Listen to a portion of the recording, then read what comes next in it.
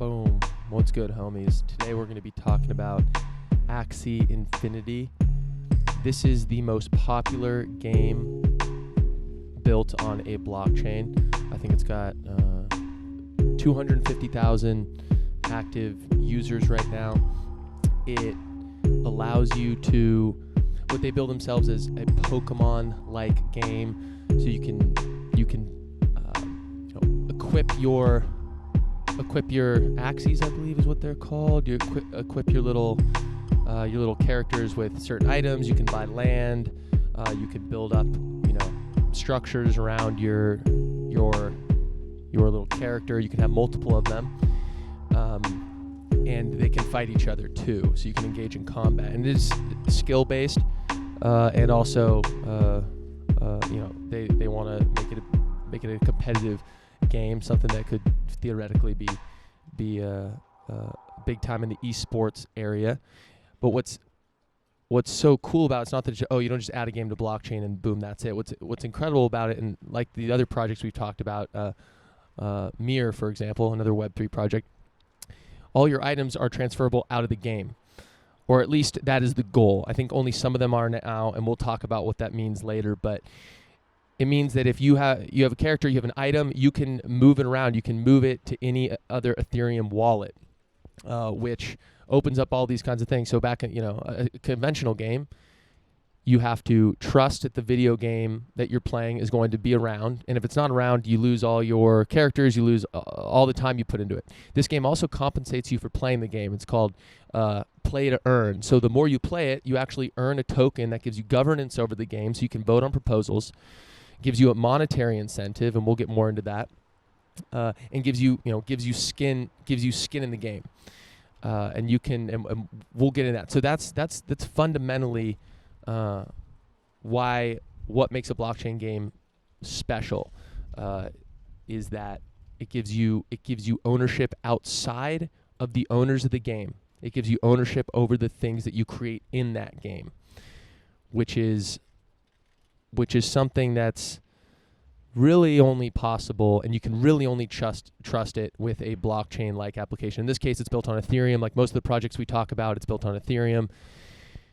And almost all the apps I talk about, like I said, are on Ethereum, and that's because that's where the devs are, that's where the users are, that's the most popular one. Now, it may not win out in the future, but that's where all the cool stuff is happening right now, so that's the stuff I'm going to cover. It's also interesting to talk about all these new projects that could very well just be kaput in a few years. But that's what's so interesting about the space. It's so cool to talk about these projects because there's all this, it's kind of this primordial soup of all these new projects, all these new things coming out that are hitting the fan that just aren't happening, in my opinion, in other areas of the internet. I think this is the most interesting. So boom, that's the quick intro. Now again, I'm Dick Lucas, host the No Gradient podcast. You can find this podcast wherever you get your podcasts. Just search No Gradient. It's also on YouTube. I always link to my YouTube channel in the show notes. Also on Twitter and Instagram, Dick C. Lucas. I'll always post there when I release an episode. Also, I finally caved them on. I went on TikTok, so I always upload a video of my quick little first 90 seconds of the show where I just like to give a quick rundown. So I upload there too. Anyway, yeah, welcome. Let's get into it. So as I said, they have a play to earn scheme. You get rewarded for playing the game, and you can use those tokens to decide the future of the game. So I actually went through the onboarding process here, and this is something that's a little disheartening, but this is going to happen in any new app, especially a game where they're trying to figure things out. So first of all, the onboarding process is as follows. Imagine doing this with a real game. This is where things are rough. So you have to download a digital wallet like MetaMask, load it with some ETH. You can acquire ETH from Coinbase, Binance, or local cryptos. This is their official instructions. Then you have to download the Ronin wallet. And that's their side chain, which we'll talk about. You have to download a Ronin wallet. Then you have to deposit the ETH to Ronin using the Ronin bridge. Acquire at least 3 Axies from the Axie market, which when I checked, it was about $150 per. So to even play the game, you have to put up like $450 to get the 3 Axies that you need. Those are the little characters. And then you have to you buy those. Then you log in with MetaMask. and you set up an email and password. Then you download the application. Then you click play now, et cetera, et cetera. So I was going to do it because I think a lot of people, you talk about blockchain applications, you talk about things, but it's really visceral when you actually use it, which is why I went through this process. I want to see, okay, let me buy an Axie. Maybe I thought they were $10 each. $140 was the cheapest one. So I did not pony up. I was like, okay, well, I went this far, but I learned something even going this far. So always just try to use the applications that I'm talking about on here, just because I think it really helps you break your teeth on this thing. There's such a big difference. You could read 1,000 articles on Axie, an onboarding process, but you doing it is the equivalent of you cannot replace experience of actually using, and this is true of a lot of things, but of actually using the app. So that was a very interesting onboarding process. They're like, okay, how many users are actually going to go through this? The answer is only hardo crypto hardos, and ones with a decent amount of ETH are going to even going to bother. I'm pretty enthusiastic about the space, and I didn't bother. I mean, $450 is quite the high price. And now it is going to come down, and we'll talk a little bit about this the way the in-game economy works. The goal is to come down. That it's not supposed to be this high right now. There's just a lot of demand for the game right now, and they have to probably tweak some settings to make up for that demand, to make it easier to breed the Axies and actually put on the marketplace to sell them. Okay, so I'm going to talk a little bit about their sidechain. So the main issue with Ethereum right now, one of the issues, is transaction fees. Transaction fees are high. So anytime you use the blockchain, the Ethereum blockchain, you have to pay a gas fee. Now these fees, back in the day, a few years ago on this or a couple years ago on this podcast, I was talking about I could send $1 or $1 billion worth of Ether anywhere in the world, or rather USDC, which is a stable coin, which I'm actually going to talk about in the next episode. Tether, I'll be talking about that in the next episode I do on No Gradient. It was a couple cents in transaction fees. Now it's like $20. So the fees have absolutely exploded. And Ethereum 2, which is launching in the next couple years, it's moving to proof of stake. It's going to try to address those. But there's also another way to address those. You can make the chain itself, the layer, which is called layer 1, the Ethereum chain itself, more efficient, faster, etc.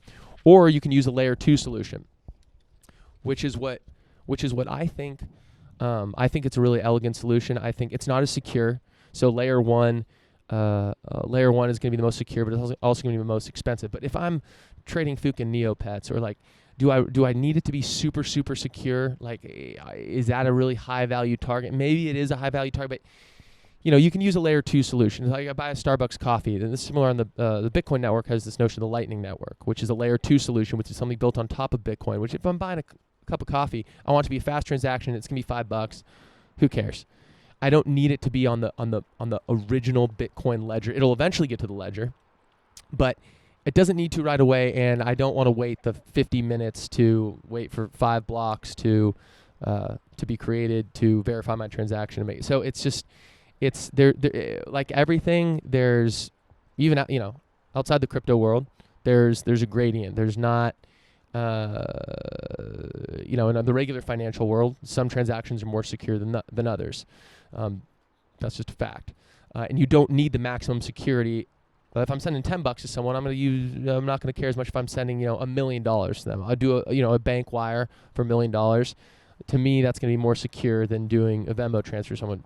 Obviously, the Venmo, you can't whether the fee is $5K a week or something like that. You can't even transfer $1 million worth. But you get my point. So they have their own chain, their own side chain called it's called the Ronin side chain, and this allows the transaction fees to be a lot lower. So they have their own side chain, which most of the game takes place on. And I'm a little unclear on how that chain relates to the Ethereum blockchain. I think they're still working it out too. I think it's going to be it's going to be an ongoing thing. This game's fairly, relatively new. It's been around for a few years, but I mean, it's the most popular game in a very new space, and gaming in the crypto world is also super new. So I'm cutting them some slack here. But the issue with the sidechain is they they have the actual people, the actual validators of the sidechain network. It's not permissionless. And when we say permissionless, would mean that I have an Ethereum and a Bitcoin node running right behind this camera in my living room. Now, I didn't have to ask the Bitcoin CEO, the Ethereum CEO. They don't have a CEO. I didn't have to ask. I didn't have to get API keys. I didn't have to ask anyone to actually set that node up. My computer's verifying transactions as we speak, and I didn't have to ask for permission. This Ronin chain, they own it, and they have specific validators that they need to onboard. So it's less secure. It's not as decentralized. Now, there's a bridge, so you can get your stuff off of Ronin onto the Ethereum blockchain, which you can trust more because that has a higher decentralization factor, and you can trust that it's going to be around longer than Ronin. So I'm going to just going to go through some of the notes here about the game. This is a really interesting project. Oh, also I should point out that A16Z, the reason I was looking in this project, A16Z announced an investment in the project. They had a blog post on it, and anytime they invest in something, they're the leader in the crypto investment as far as I'm concerned right now. Anytime they make an announcement on something, I'm always looking into it. So I'll quote from the Axie Infinity, some of their blog posts. So from the early days of Axie Infinity, so these quotes are from their blog post and their white paper.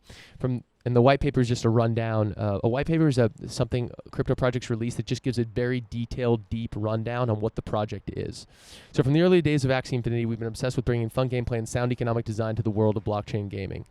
It's funny, hearing things about sound economic design in a game. What does that mean? It's funny because you remember in the days of World of Warcraft, Chinese prisons had people mine World of Warcraft gold, and that gold was worth something. Was worth real value, as in people would pay fiat currency for that gold in the game. And there's a trust there that World of Warcraft isn't just going to inflate the hell and isn't just going to make create an unlimited amount of gold and then completely make all your work worthless. And what's the reason for them that they're not going to do that? Well, it'll hurt trust, but one of the hallmarks of blockchain gaming is that you remove that trust factor out of there. You don't even need to trust that they're going to be around for you to still be able to use the items in the game, which is, they could shut down and some other project could be built on top of that, and you could transfer your items out of the game and still use them, and those could theoretically be used. And I'm very excited for the day because a lot of projects talk about that. They say, the Mirror project, which we talked about, publishing tool, or Web3 publishing tool, this project talks about, anyone can build a front end on top of us and use it. I'm waiting for the day, because projects love saying that. They love, anyone can build it. I'm waiting for the day when they betray their community and people say, you know what, fuck this. We're gonna build a new front end on top of this, and we're gonna continue. We're essentially gonna fork the game, which is a beautiful, beautiful, beautiful thing that has happened in the blockchain world. Ethereum and Ethereum Classic split. Bitcoin has had a hard fork with Bitcoin Cash, which increased the block size to make to allow for lower transaction fees and more transactions and faster block times as well. Don't quote me on that. So with gas remaining low for months at a time, only resurface. Oh yeah, okay. So it's just fascinating the way they talk about their economy. So gas remaining low for months at a time, only resurface and slower our economy to a standstill. So when gas fees were low, it was totally kosher to do a lot of this stuff on the Ethereum blockchain and play the game. But now, as gas fees have exploded, it slowed their economy to a standstill, because to do anything in the game, it costs a significant amount of money. So that's what their Ronin sidechain is looking to fix. So another quote: while we strongly believe in the Web3 ideals of openness and cooperation, we also believe that nobody is going to put as much care, thought, and intuition into products serving our community as us. They're talking about their Ronin sidechain there. So what's interesting is they've built their own essentially blockchain attached to the Ethereum blockchain. Now, I think what we're going to see in the future is you're not going to have every game is going to need to build their own sidechain. That seems ridiculous. I think you're going to have some primitive, not in a bad way, but just primitive kind of building block layer 2 solutions that anyone can build on top of. So maybe there's one that's more, apt for games, more well designed for games, one that is better for financial transactions, one that's better for this, that, the other thing. I wouldn't be surprised if there's just a general layer 2 solution that supports a whole host of things. It's allowed faster transactions, cheaper, and not as secure, of course, but I think there's going to be something there. Okay, so let me quote: "To help secure Ronin, we have recruited an all-star cast of partners from the traditional gaming, crypto, and non-fungible token space to serve as validators of our network." Now, imagine if Bitcoin did that. Would people trust it? A group of people say, "Okay, we're going to decide who the validators are." No one would trust it. That's one of the hallmarks of what makes Bitcoin and Ethereum and blockchain so special. So this side chain, we're going to give them a little credit. It's a game. I'm not coming at them for it. They're experimenting, doing all this stuff on the Ethereum blockchain would be too expensive for the reasons we discussed. And another thing. So when I deposited, I can't transfer. When I tried to buy some wrapped ETH, which is wet, pronounced wet ETH, on the Ronin, in my Ronin wallet. Wrapped ETH means ether that is, it's wrapped so it can live on another chain, but there's actually ether underlying it. So when you bring it back to the other chain, you get real ether back. But I couldn't even buy it in the U.S., so that's one of the issues with the game. So this team's from Vietnam, so that was, and I could select another country, no problem. They didn't do an IP address lookup or anything. But it's just an interesting little, little tidbit of, again, the onboarding was just a total pain in the ass. Okay, so let's talk about. So they have a token. They have a token that you earn in the game. It's called AXS. AXS holders will be able to claim rewards if they stake their tokens, play the game, and participate in key governance votes. Players will also be able to earn AXS when they play various games within the Axie Infinity universe and through user-generated content initiatives. So you get this token, and you get to make governance decisions, and then you can also stake the token, which means lock it up, and you get rewards based on that, and then you can by participating in votes, you actually you get rewarded for it as well. So think of it as shares in a company. Honestly, think of it as shares in a company. You get shares in a company you get votes. Each share gets a vote. There's different types of shares and stuff like that. We don't need to get into that, but think of it that way. So let's go through there. It's so interesting the way these projects have to bootstrap too. So let's talk about the fascinating economic distribution. So there were 59 million AXS tokens released at the public sale price, which was 1 cent, and now the token is worth, I think, on the order of $120. And the total supply will be 270 million. So there are basically 60 million that were released right out the gate to fund the early development, and then over the course between 2020 to 2026, they will slowly release them until there's 270 million released, and then we'll release no more. And let's talk about the allocation. So the public sale was 11%. There's an ecosystem fund, which is 8%, which is to fund, assume to fund ecosystem, help fund projects built on it or fund projects within it. There's 7% allocated to advisors, 4% in a private sale, 29% in staking rewards. So over the course of the next 5 years, they will be distributed over, remember, so you can stake it, which means you can lock up your token and get rewarded for that. Think of it like earning interest. Sky Mavis got 21%, which is the company that created Axie Infinity. And then there's 20% in pay to earn that will be distributed. So simply by playing the game, 20% of the voting shares will go to people that just play the game. Now, think of how crazy this is and how different this is than a typical video game. There's no voting. There's no users get to decide what. They get to scream and shit and say things, but how many times do games release a new patch or make a decision that just fucks everyone? So this gives people skin in the game. It's very interesting. So I'm going to pull some quotes from the white paper now. Let's go on. All art assets and Axie genetic data can be easily accessed by third parties, allowing community developers to build their own tools and experiences in the Axie Infinity universe. So part of this is not even about, if Axie Infinity fucks up, and we want to create a competitor or build off of it and fork off of it, as we discussed. Part of this is just building things on top of it that as they say, tools and experiences. So maybe there's a million different apps that can be built on this. Things the Axie Infinity team have no idea about. But that's the beauty of human ingenuity. And when you open things up, someone's going to figure out how to do something really cool. Maybe they create a cool visualization tool so you can see the most powerful Axies in real time, or I don't know. The sky's the limit. When you open the data up, people can build on top of it. So it's fascinating. Let me continue. Axie has attracted thousands of players from developing countries in the pursuit of a new income stream during the COVID pandemic. Many of these players are fathers, aunts, and even grandparents who have never used blockchain technology before, which I think is an interesting thing. There's kind of this idealistic, a lot of this idealistic feelings in cryptocurrency white papers and projects, and just there's people can earn money on, and yes, you can, if you play the game, you'll earn a token that you can then sell. But it's an interesting way to look at it. Like, yeah, people can earn real money doing this. So let me continue. We believe in a future where work and play become one. We believe in empowering our players and giving them economic opportunities. Most of all, we have a dream that battling and collecting Q creatures can change the world. Welcome to our revolution. Which, I just think is very idealistic and cute. Good for them. To avoid hyperinflation of Axies. This is a real sentence in 2021. To avoid hyperinflation of Axies, there's a maximum amount of times an Axie can be bred before it is sterile. So to prevent flooding the market with Axies, having two Axies just bang each other and have thousands and thousands of offspring, and bring down the economy of the game, and maybe bring down the conventional financial system as we know it, credit default swaps on the value of the Axies, etc. Just kidding.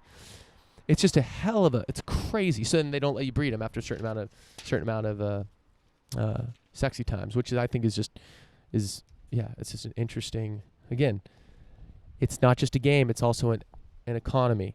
So it says, Axie is well poised to become a laboratory for universal basic income experiments. Okay, Rip Bong, 2021, cryptocurrency, read that. What? So it's like, okay, bro, let's relax on that. Okay, let's talk about, so there's an actual treasury in where some of the funds go to when you transact on during the game. There's a percent of some of the funds that go to the Axie treasury, and this helps fund future development. Now, we talked about this on the podcast. Bitcoin and Ethereum fees, they all go to miners. Well, in the case of Ethereum, I think with one of their latest upgrades, some of the fees just get burned. So some of the ETH just gets burned, doesn't go to anyone. That's for them changing their base, their fee structure. But there's no way. It's not as if Bitcoin, when you make a transaction, some of the transaction fees go to a fund that helps fund Bitcoin development. Just doesn't. This actually, and same with Ethereum, and that's actually it's not a big problem, but it's definitely a problem. How do we ensure that these projects are funded? So in this case, 4.25% of all Axie NFT marketplace transactions will go to the treasury, and then based on whoever has the tokens can vote on where that treasury money goes. So the AXS portion of the breeding fee, more streams will be added. And okay, so the other big way they make money is when you breed these things. There's a fee that you pay to breed them. Dear God, more streams will be added in the future from cosmetic sales, tournament entry fees, licensing fees, and more as new opportunities present themselves. So the sky's the limit here. Okay. So potential things that can be voted on in the future. So we talk about the AXS token. So they talk about some things that you could vote on if you have this token. Should Axie Infinity Limited continue to pay Sky Mavis to develop Axie Infinity? Should Axie Infinity remember, Sky Mavis is the company that owns Axie Infinity and that does all the development. Should Axie Infinity use the marketplace created by Sky Mavis? How should the community treasury be used to reward AXS holders and the broader Axie community? Should the community treasury funds be attached to any yield farming staking services such as Yearn Finance or Rari Capital? So just some examples of what that looks like, of what using these tools or what you would potentially vote on in the proposals going forward. So it's an interesting project. I encourage you to look at it. I'll link in the show notes to some of the info that or at least one blog post that I read that'll kind of take you everything you need to know. It's an interesting project. A16Z is an investor in it, which is always makes my ears perk up because they're doing excellent work in the crypto space. All this stuff, who knows what's going to happen? I love talking about it. I'm excited. It's either going to be kind of cool to look back at some of these podcasts in 5-10 years and be like, okay, you talked about this thing no one's ever heard of, or wow, you talked about this thing that was only a few years old and now it's a household name. It's an interesting little game to play with. Thank you so much for joining. This is Dick Lucas, the No Gradient Podcast. Search No Gradient wherever podcasts are sold. Dick C. Lucas on Twitter and Instagram. Dick@nogradient.com. Go ahead and email me if you want me to cover anything. If you have any questions, comments, feedback, always appreciate it. And also on YouTube. YouTube link always in the show notes of the podcast. Thank you so much for joining. This was fun. Latest skaters.